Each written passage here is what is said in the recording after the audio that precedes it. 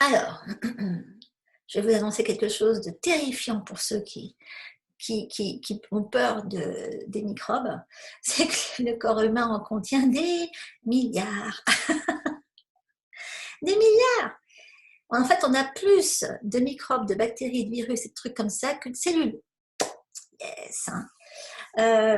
Et bon, ça représente environ, pour quelqu'un qui pèse environ 90 kilos, ça fait 3 kilos de bébête comme ça. 3 kilos.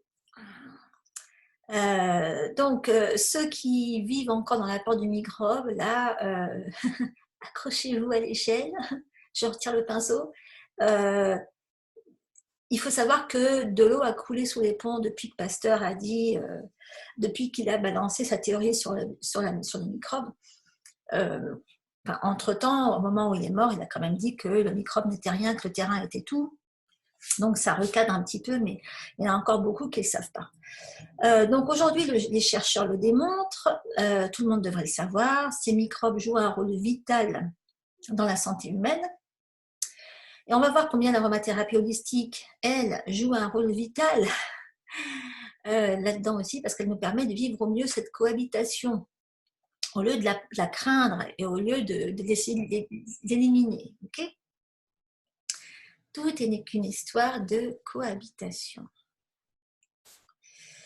Alors, moi, comme je vis ici aux États-Unis, on a énormément de conférences sur le sujet là, donc pour moi, je reçois sans arrêt, j'essaie de les décortiquer, d'en tirer ce qu'il y a de plus utile. Mais bon, ici, on en parle beaucoup. Et ici où d'habitude, enfin, tout est archi désinfecté d'habitude dans ce pays, dans tous les États d'ailleurs, mais maintenant ça change beaucoup parce qu'on comprend que les humains et les microbes dépendent les uns des autres. Et à chaque fois que j'écoute une conférence ou je participe à un truc comme ça ici, c'est la même chose qui est rabâchée à chaque fois, que notre corps donne des ressources à nos microbes et les microbes fournissent les fonctions nécessaires à notre santé. Donc presque tous les individus sains transportent des microbes capables de provoquer des maladies. Hein. Vous, moi, là, on est blindés. On en a partout, à l'intérieur, au-dessus. Ça grouille. Et l'ensemble des gènes, les gènes de tous nos microbes, c'est appelé microbiome. C'est les gènes. Okay. Et ce microbiome, il change tout le temps. Et ces changements influencent la santé humaine. Parce que, évidemment, ce microbiome, il va changer aussi. Ça dépend de tout ce qui va influencer toute forme de gène. Hein. C'est aussi bien nos émotions que qui on rencontre dans la rue, que là où on va dehors, que à quoi on est exposé, etc. Alors, les docteurs nous ont conditionnés quelque part à voir dans le microbe la bête à abattre. Les virus, après tout, c'est capable de nous clouer le lit avec une bonne grippe ou autre chose. Les bactéries peuvent nous infliger une angine ou une otite. Mais ce dont il faut se souvenir, c'est que la majorité des microbes ne nous rendent pas malades et sont même indispensables à notre santé. Hein. Donc la grosse majorité, ils sont gentils. Il n'y en a qu'un tout petit peu qui sont moins gentils, enfin pas gentils du tout. Mais on a besoin des gentils pour se protéger des méchants. Okay, et donc, c'est en découvrant la façon dont un microbe participe à notre santé que les chercheurs ont fini par comprendre qu'un déséquilibre subtil dans ce capital microbien, donc le déséquilibre entre les bons, les bactéries, les microbes gentils et les microbes méchants, ça peut provoquer des maladies. Et que donc, il suffit souvent de réparer ce déséquilibre-là pour guérir. Ou mieux, pour ne pas tomber malade du tout. Okay. Alors, cette compréhension peut nous amener à trouver de réels traitements. On change les traitements aujourd'hui. Il y a des nouveaux médicaments qui tuent que les bactéries dangereuses en laissant les bonnes là où elles sont. Et puis, il y en a aussi qui ont pour vocation de nourrir les bonnes bactéries pour qu'elles continuent à proliférer. Tout ça, c'est pour favoriser la population aux dépens de celle des mauvaises bactéries. On va faire grossir les bonnes bactéries pour qu'elles puissent maintenir au minimum les mauvaises bactéries. Mais en fait, les chercheurs ont identifié les maladies. Au passage, ils ont quand même trouvé que y a quand même beaucoup de choses qui sont issues d'un déséquilibre bactérien. On n'y pense pas nécessairement. Je pense à toutes les fois où les gens sont excessivement, je dirais, désinfectés dans des situations où ils ont besoin d'un capital bactérien qui va les aider à ne pas tomber malade. Et c'est pour ça, souvent, on dit oui, un tel est finalement attrapé une maladie grave. Oui, mais en même temps, c'est normal parce qu'il était déjà malade. Oui, il était déjà malade. Ça veut dire qu'il était déjà dans un environnement où on faisait attention à lui éviter le contact avec certaines bactéries, où on lui donnait à manger des choses qui étaient quand même assez aseptisées, dans un environnement aseptisé, avec des médicaments aseptisés, qui continuent à l'aseptiser, et puis finalement, il a attrapé le truc qui l'a achevé. Bon, il y a énormément de cas où on tombe malade parce qu'on n'a pas assez de bactéries, ou parce qu'on n'a pas les bonnes bactéries, ou on développe des problèmes parce qu'on n'a pas les bonnes bactéries. Je pense en particulier à l'acné, par exemple. Alors ça, on pourrait en parler pendant des heures. Moi, je vois ceux qui développent de l'acné, c'est parce que déjà au départ, ça vient du ventre, encore une fois. Bon, ça peut venir aussi des hormones, évidemment, temporairement, mais il y a toujours un moment où le ventre rattrape la situation. Il y a l'asthme. Les gamins asthmatiques, c'est tous des gamins qui ont des problèmes de ventre. Les allergiques, c'est exactement la même chose. L'autisme, ils ont tous des problèmes de dysbiose avec une méga candidose et aussi éventuellement des métaux lourds. Les maladies auto-immunes, c'est la même chose. Le cancer, mais bien sûr aussi. Il n'y a pas un cancéreux qui développe un cancer alors qu'il pète la forme au niveau du ventre, qu'il n'a pas de problème d'absorption, qu'il a un niveau de nutrition au top. Rien, non, ça n'existe pas. Même avec... il y a forcément quelque chose au niveau émotionnel qui va l'empêcher d'absorber correctement ce qu'il mange, même s'il a une nourriture tip-top. Okay, les caries dentaires, tout ça, ça vient du côlon. La dépression aussi. L'anxiété, bien sûr, déséquilibre avec les sels minéraux, le niveau d'oligo-éléments qu'on absorbe, etc. Ça, si on n'a pas ce qu'il faut, et si ce n'est pas absorbé parce qu'on a des déséquilibres bactériens, ça va entraîner la dépression, l'anxiété, le diabète, l'eczéma, les ulcères gastriques, les problèmes cardiovasculaires, c'est pareil. L'inflammation des intestins, ça vient de ça. Bon, il y a beaucoup de candidose là derrière, encore une fois. Tout ce qui est malnutrition, malabsorption, ça vient de là. Et c'est interconnecté, évidemment, l'obésité aussi, tout ça c'est interconnecté. Okay, donc, ce que les chercheurs ont compris, c'est que, par exemple, qu'est-ce qui se passe si on traite l'acné avec des antibiotiques? Eh ben, l'antibiotique va tuer les mauvaises bactéries, oui, mais aussi les bonnes bactéries. Et ça va entretenir l'absence des bactéries supposées protéger nos follicules de l'infection. Donc, on peut en prendre longtemps, des désinfectants dans ces cas-là. Il faut tuer les bactéries, oui, mais juste à la surface de la peau. Il ne faut pas tout casser à l'intérieur. Donc, on peut rééquilibrer le microbiome d'une personne en lui implantant des selles d'une personne saine, par exemple. C'est des tout petits machins, c'est pas... Quand je dis implanter des selles, tout est relatif. Donc le résultat, c'est qu'en général, il y a une rémission complète en quelques jours. Ça va hyper vite, rien qu'avec un petit peu de bactéries. Alors, le danger, ça vient donc de l'excès de désinfection. La désinfection nous coupe le contact avec les bactéries parce qu'on a besoin de bactéries. Donc, il y a des situations qui nous mettent en danger. Et les situations qui nous mettent en danger, par exemple, c'est le fait de sans arrêt se désinfecter les mains. Okay, les filtres à air conditionnés. les nettoyants antimicrobiens. Tout ça, ça coupe notre système immunitaire d'une source normale de contaminants auxquels notre système immunitaire doit s'adapter tous les jours, ça entretient son activité, ça entretient son niveau d'action, okay, ça l'enrichit au lieu de l'appauvrir. Il faut que l'immunité, le système immunitaire soit en contact avec des sources pathogènes auxquelles il doit s'adapter tous les jours, hein, et qu'ils font travailler. Évidemment, l'immunité se fragilise dès qu'elle est coupée de cette source de contaminants. Okay. Notre système immunitaire ne sait plus faire la différence entre une mauvaise et une bonne bactérie. C'est là qu'on fabrique aussi des formes d'auto-immunité, parce que là, il y a un problème, il y a un déséquilibre. C'est aussi pour ça qu'on dit aux parents de laisser les gosses jouer dans des bacs à sable avec des animaux de compagnie, c'est pour que leur immunité se développe. Okay.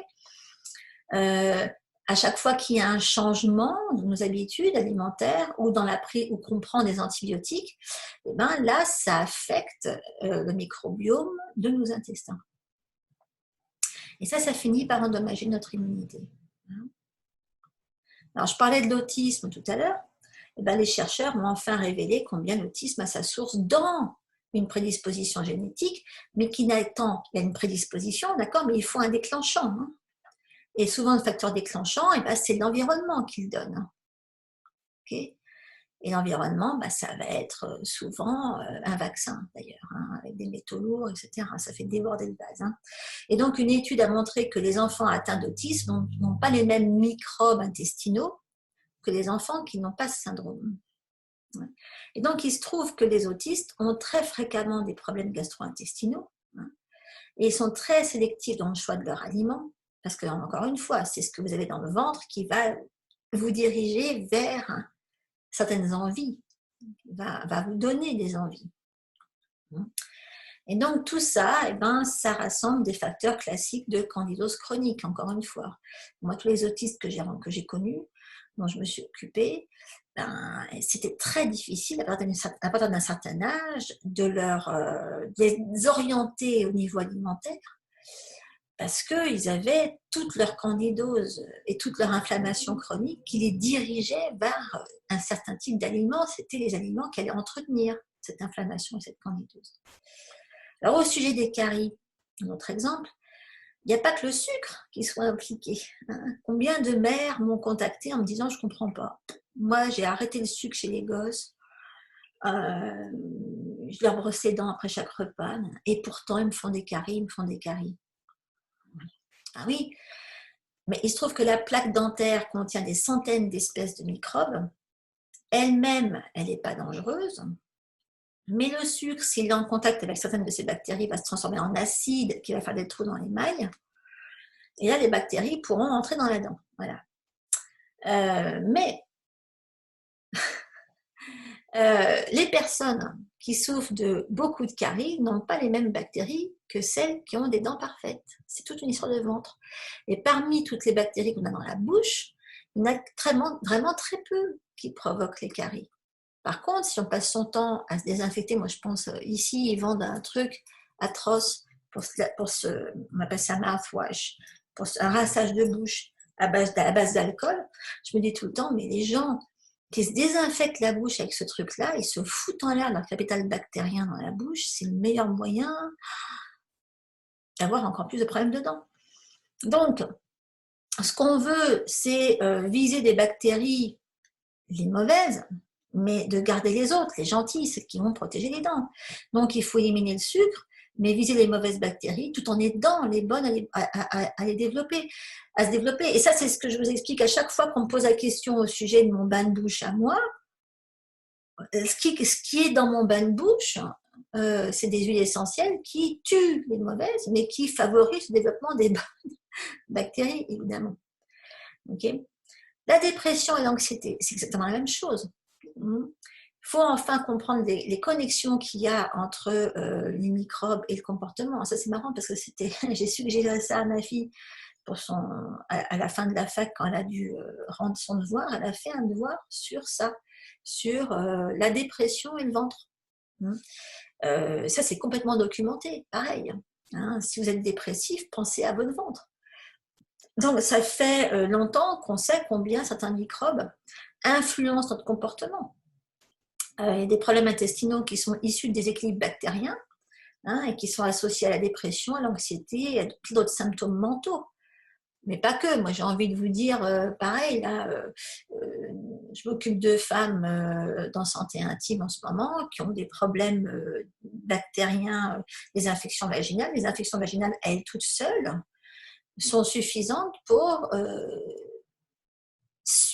vous mettre dans un état dépressif et entretenir de l'anxiété tous les jours. Okay, il y a le nerf vague qui relie le ventre et le cerveau, hein, qui fait circuler les informations dans les deux sens. Et la stimulation de ce nerf, souvent on l'utilise pour traiter la dépression d'ailleurs, et ben, on peut traiter la dépression en restituant l'équilibre du microbiome intestinal par l'absorption d'un certain type de bactéries aussi, mais aussi en contrôlant la prolifération de certaines autres. C'est pour ça qu'on a tellement bons résultats en suivant un régime anti-candida en cas de dépression, parce que ça nous permet de réduire la prolifération du candida albicans et de stimuler la prolifération des bonnes bactéries. Le diabète 2, encore un, hein, l'insuline. C'est l'insuline qui signale à nos cellules quand aller chercher du glucose dans notre sang. Hein, les personnes qui souffrent de diabète 2, elles vont répondre beaucoup moins vite à ce signal, et on dit qu'ils sont à ce moment-là insulino-résistants. Mais si on les laisse sans rien faire, leur taux de sucre devient trop élevé et finit par endommager les yeux, les reins, les vaisseaux sanguins, les nerfs, etc. Ça devient petit à petit du diabète 1. L'augmentation du nombre de diabétiques aujourd'hui, les diabétiques 2, il est vraiment corrélé avec la profusion d'aliments riches en mauvaises graisses, en sucre et en produits raffinés, tout ce qui appauvrit la flore intestinale. Il y a des chercheurs à Amsterdam qui ont montré qu'il est possible de rétablir un bon équilibre microbien dans les intestins des diabétiques, et ça suffit en général pour faire disparaître la résistance à l'insuline. Okay, l'eczéma et le psoriasis. Alors ça c'est pareil, à chaque fois que quelqu'un vient me voir pour une histoire d'eczéma, on reprend tout depuis le début au niveau du ventre. C'est pas difficile. Hein. L'eczéma, ça peut être le résultat d'un système immunitaire qui n'a pas été correctement entraîné à bien travailler. Hein, ça arrive de plus en plus chez les bébés. Et les plaques de peau affligées d'eczéma contiennent des microbes qui sont différents de ceux qui vivent sur une peau saine. Alors, ceux qui passent leur temps à nettoyer, à désinfecter les peaux eczémateuses. Bref, on sait que certains microbes produisent des substances qui nous aident à conserver une peau saine, ça c'est clair. Il faut surtout les cultiver. Moi, j'avais une prof à Hong Kong qui nous rappelait sans arrêt que pour elle, et c'est marrant parce que je l'ai vérifié, hein, à ce sujet, comme il y a un déséquilibre bactérien au niveau de la peau en cas d'eczéma et même de psoriasis, elle nous dit qu'à chaque fois, pour elle, les eczémas, enfin ce genre de manifestations sur la peau, ça vient avec une sorte de parasitose. Pour elle, il y a du parasite là-dedans, ce qui ne serait pas étonnant. Les ulcères. Un système digestif sain est doté d'une couche de mucus protectrice. Donc, il y a du mucus. Et bien, la plupart des ulcères gastriques, on a trouvé qu'ils étaient provoqués par une bactérie, c'est l'Helicobacter pylori, qu'il est tellement facile de traiter avec des huiles essentielles d'ailleurs. Et donc, on a traité ça avec des antibiotiques à haute dose. Et or, on trouve l'Helicobacter pylori chez la moitié des personnes saines et la majorité d'entre elles ne développent pas d'ulcères. Hein, il faut donner ce qu'il faut. Je veux dire, mais ceux qui ont des Helicobacter pylori, c'est ceux qui n'ont pas suffisamment d'acide gastrique dans l'estomac, hein, encore une fois. Hein. Pas assez d'acide, ça veut dire surpopulation bactérienne qui n'a rien à faire là, et donc, donc il faut suffisamment d'acide. Mais donc, il y a des personnes qui sont prédisposées à ça et pas d'autres. Et ça signifie que l'alimentation joue un rôle dans cette différence-là. Souvent, ceux qui arrêtent le sel ne produisent même plus assez d'acide non plus. Hein. C'est aussi lié à la prise de sel. Certains aliments changent le niveau d'acide de l'estomac. Ils le rendent plus ou moins séduisant pour certaines bactéries, évidemment. Donc, il faut souligner que l'hélicobactère est important dans le développement d'un bon système immunitaire et les personnes qui y sont exposées seront moins susceptibles que les autres à développer de l'asthme. Et c'est souvent pour ça aussi, d'ailleurs, bon, il y en a que ça étonne, il y a énormément de situations où les problèmes de voie respiratoire sont liés à un problème d'acide dans l'estomac. Il y a l'asthme, bien sûr, mais il n'y a pas que l'asthme. Hein. Les sinusites, entre autres, c'est le truc qui revient le plus souvent. Alors, les artères. Il y a des personnes qui ont des artères qui s'encrassent et qui durcissent et ne s'en rendent même pas compte. Jusqu'à ce qu'un truc grave leur arrive. Et donc, il y a des chercheurs qui ont récemment trouvé que les plaques qui s'accumulent dans les artères contiennent des bactéries qu'on trouve normalement que dans la bouche. Et donc, la connexion entre plaque dentaire et la plaque des vaisseaux sanguins nous fait nous poser quelques questions. Est-ce qu'une bonne hygiène buccale peut participer à la prévention de l'accumulation de plaques dans les artères? Est-ce que l'évaluation de la qualité de la plaque dentaire nous permet d'évaluer aussi l'état de nos artères? Est-ce qu'il est possible que le traitement de la plaque dentaire permette aussi de traiter la plaque artérielle? Et d'ailleurs, encore une fois, je reviens à mon histoire de rinçage de bouche. Un bon rinçage de bouche est hyper efficace pour traiter la plaque et peut avoir du coup un effet ripple effect, on appelle ça, à ricochet. Voilà. Alors, les maladies de l'intestin. Alors, ça veut dire Crohn, ça veut dire colite ulcérative. Hein, bon. C'est des maladies qui sont vachement douloureuses, débilitantes, parce qu'il faut toujours rester près des toilettes. Moi, je l'ai vécu, hein. Mon Dieu, quelle horreur. Hein. Et c'est quand même, à l'origine, il y a une interaction entre les microbes et les cellules de la paroi intestinale. Et ça peut prendre très longtemps pour comprendre tout ça, d'ailleurs. Hein. Moi, il m'a fallu des années. Hein. Mais quand on finit par comprendre et qu'on finit par changer les choses, là, c'est radical. Hein. Et des bactéries, comme cette cochonnerie de Candida albicans, qu'on a naturellement dans l'intestin, hein, c'est normal d'en avoir. On peut de toute façon même pas s'en débarrasser parce que c'est normal qu'ils soient là.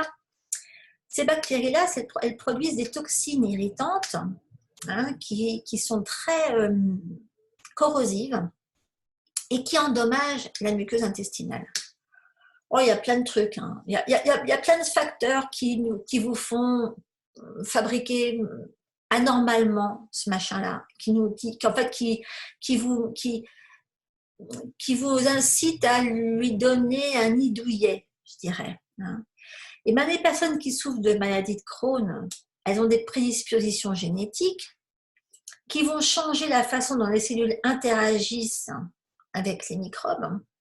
Et donc, il suffit simplement de décourager la croissance de cette bactérie, mais surtout d'encourager la croissance de celles qui savent la maintenir en respect pour que tout s'arrange. Hein. Et c'est là que, évidemment, la façon dont nos bactéries se développent, la qualité de nos bactéries, le type de bactéries, tout ça, ça dépend de ce qu'on va faire rentrer à l'intérieur. Okay. Et évidemment, quand on manque de nourriture, on manque aussi de niveau d'absorption, on manque de beaucoup de choses et on ne donne pas forcément ce qu'il faut pour faire ce travail d'équilibrage.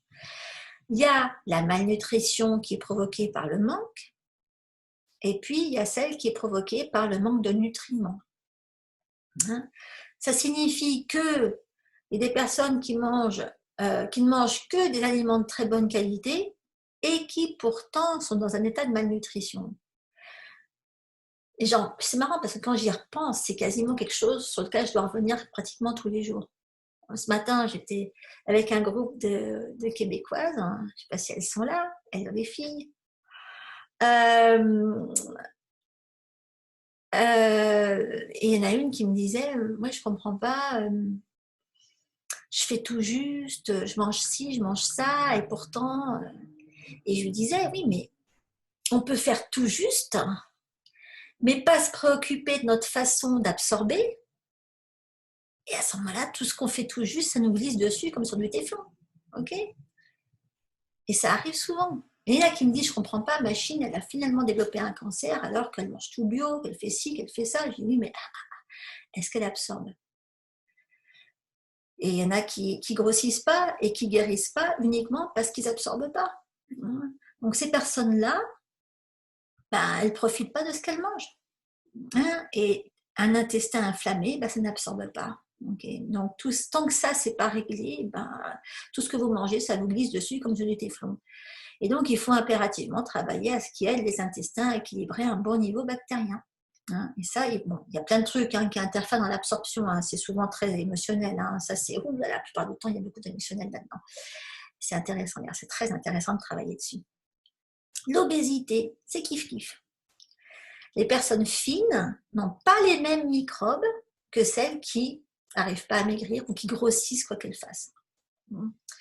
Et pour faire maigrir des personnes obèses, il faut leur faire changer leur population bactérienne dans les intestins. C'est tout simple. Enfin, tout simple.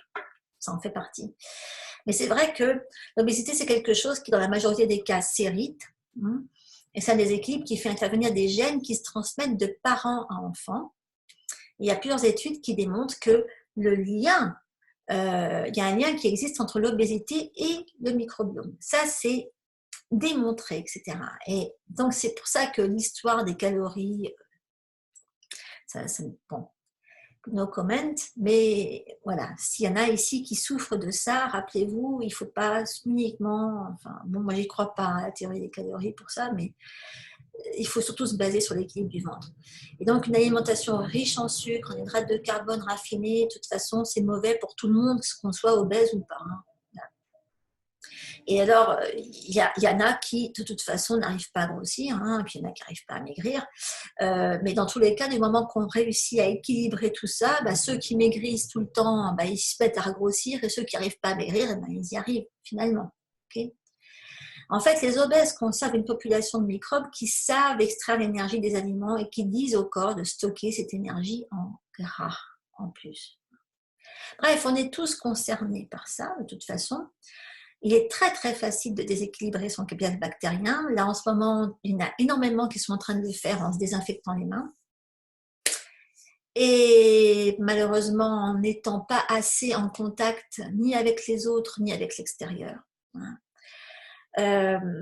Bon, mais encore une fois, ça c'est le lot de tous ceux qui subissent, je dirais, la proximité de tout le monde, enfin, qui ne sont pas en proximité, je dirais, tous ceux qui subissent le fait qu'ils sont dans un environnement où on fait attention à ça et où on les flique quelque part. Je veux dire, ne pas pouvoir échanger les microbes avec les gens qui vous entourent, c'est un danger autant que, je dirais, risquer d'échanger quelque chose qui... Mais encore une fois, est-ce que risquer d'être... Qui va déclencher telle et telle maladie, On est nombreux, nous, à se poser la question. Il nous est arrivé d'avoir des symptômes bizarres et relativement légers qui nous étaient jamais arrivés avant. Et on s'est dit, est-ce qu'on avait attrapé un truc ou pas? Mais bon, on est des obsédés du ventre. Et je pense qu'il y en a beaucoup comme moi qui se sont posé la question, de toute façon. Bref, on est tous menacés. Par la prise de médicaments, ça c'est une menace, exactement. Par le stress, c'en est un autre. Par la faiblesse nutritionnelle de nos aliments. Par la pollution environnementale. Par la négativité des gens autour de nous, donc de leur niveau, leur bas niveau énergétique, les mauvaises fréquences qui viennent des gens, ça agit beaucoup. Bien sûr, il faut travailler sur la flore. Quand vous prenez des probiotiques, vous aidez, mais aussi des prébiotiques.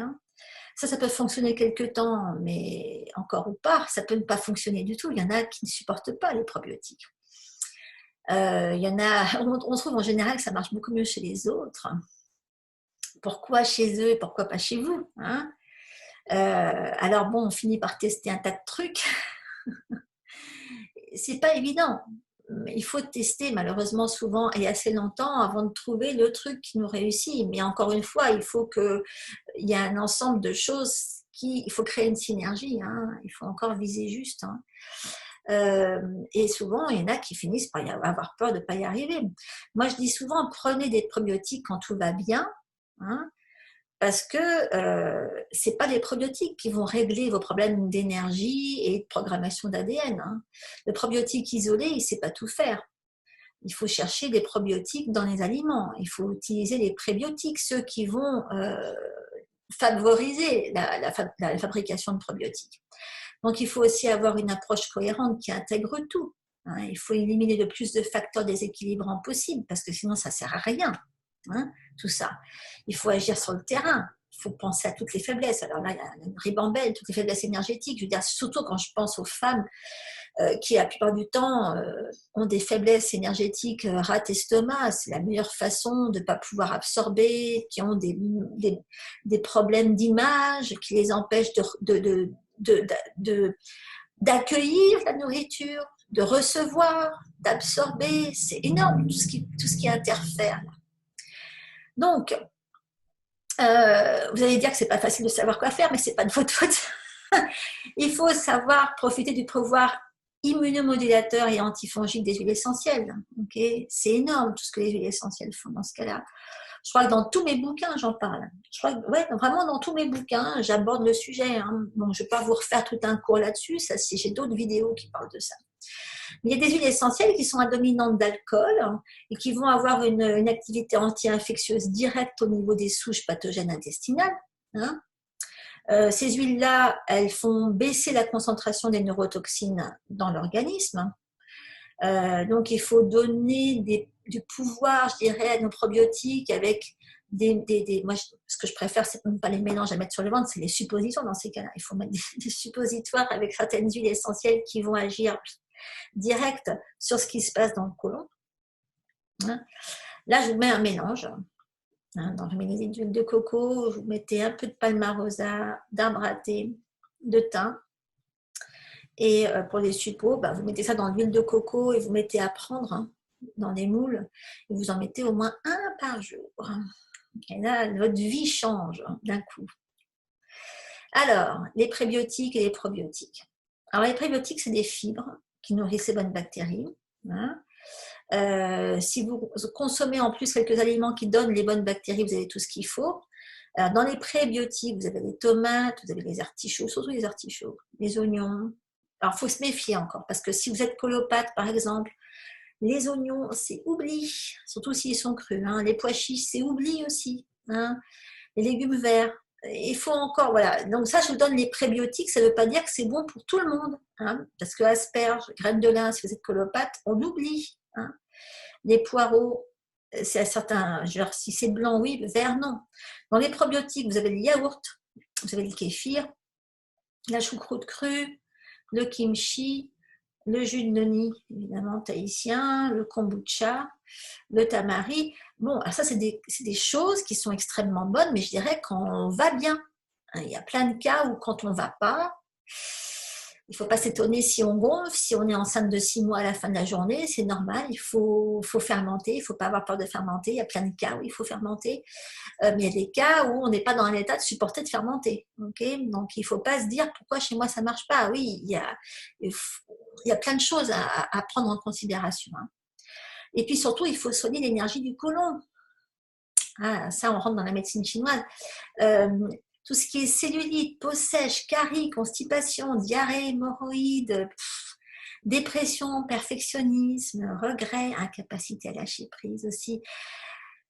Là, dans ces cas-là, il faut des huiles qui vous chouchoutent, comme le néroli, le palmarosa, l'eucalyptus globuleux, le poivre noir, tout ça en massage. Et puis, il faut surtout connaître aussi le trajet du côlon, hein, c'est mieux. Hein. Il y a un point très connu, c'est le 4GI qui est ici, qui est... je vous renvoie à une vidéo que j'ai faite il n'y a pas longtemps, je vous mettrai peut-être, si vous voulez, le lien. J'ai fait ma dernière vidéo sur YouTube.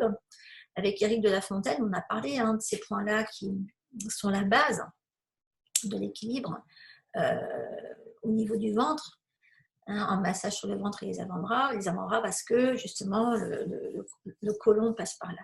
Et tout ça, c'est à intégrer toute la vie. Hein. Il ne faut pas se dire, ah bah attends, je vais attendre d'être malade pour utiliser ça. Non, il vaut mieux. C'est comme si vous n'allez pas vous dire, ah bah attends, je vais me laver les dents juste avant d'aller chez le dentiste.